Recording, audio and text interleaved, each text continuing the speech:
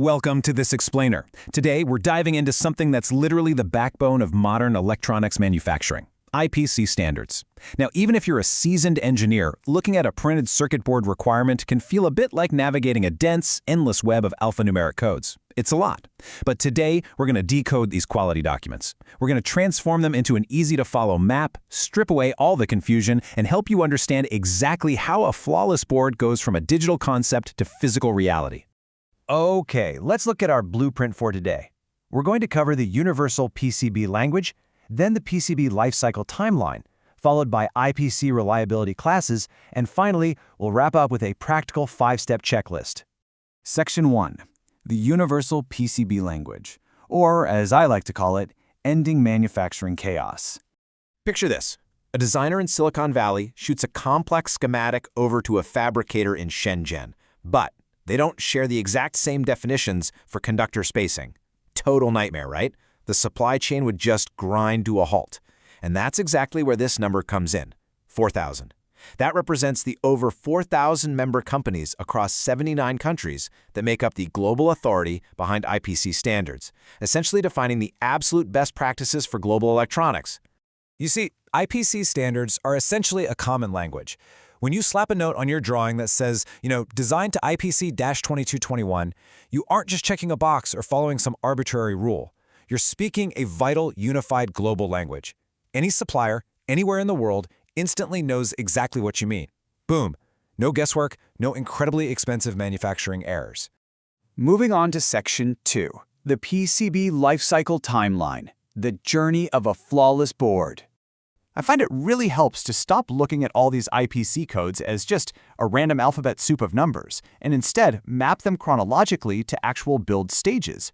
Like, look at Day 1, the design stage. This is governed by IPC 2221. That covers your component placement, thermal management, the whole shebang. Fast forward a bit to Week 2, the fabrication stage. Here we use IPC 6012 to make sure the bare board's structural integrity is rock solid. And then, by Week 4, we hit assembly and soldering. That's where we rely on J Standard 001 and A610. When you lay it out horizontally like this, you can instantly see where every single standard fits into the big picture. Now, if we zoom back in on that Day 1 design stage, IPC 2221 is basically your foundation. It's the bedrock.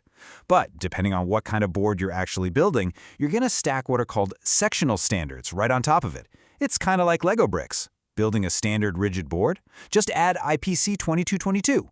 Need that board to bend and flex? Stack on IPC 2223 for flex limits. High-density interconnects? You'll want IPC 2226. You just build your requirements modularly, step by step. Okay, skipping ahead to the final stage, assembly and soldering.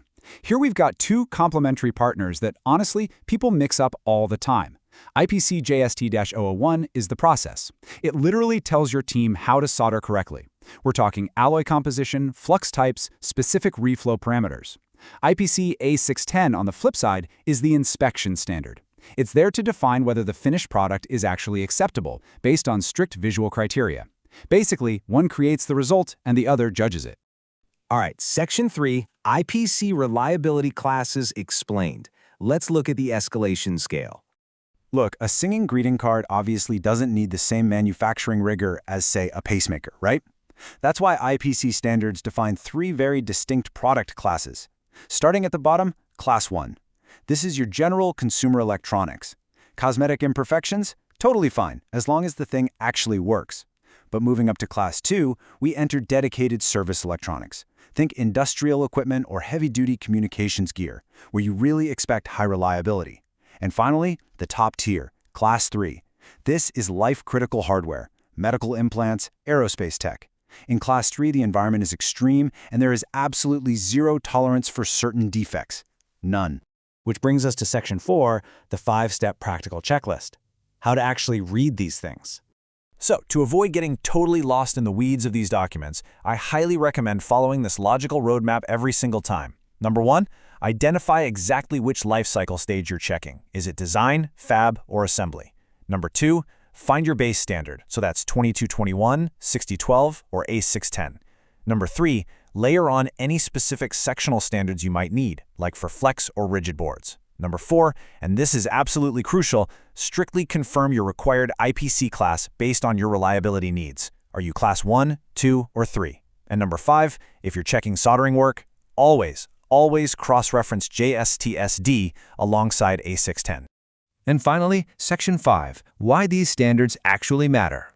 The real-world impact. So why bother memorizing this document structure? Well, mastering this common language achieves 3 monumental things for us. First off, it absolutely crushes defect rates by establishing hard, measurable best practices. Second, it completely eliminates ambiguity between designers and manufacturers halfway across the globe.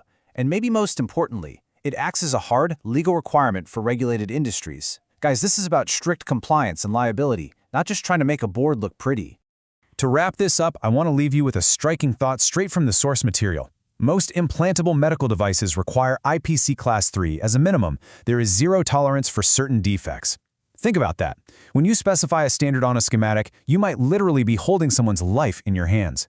So ask yourself, if your product was suddenly thrust into a life-critical situation tomorrow, would your current manufacturing pipeline truly meet the unforgiving, zero-tolerance standards of Class 3?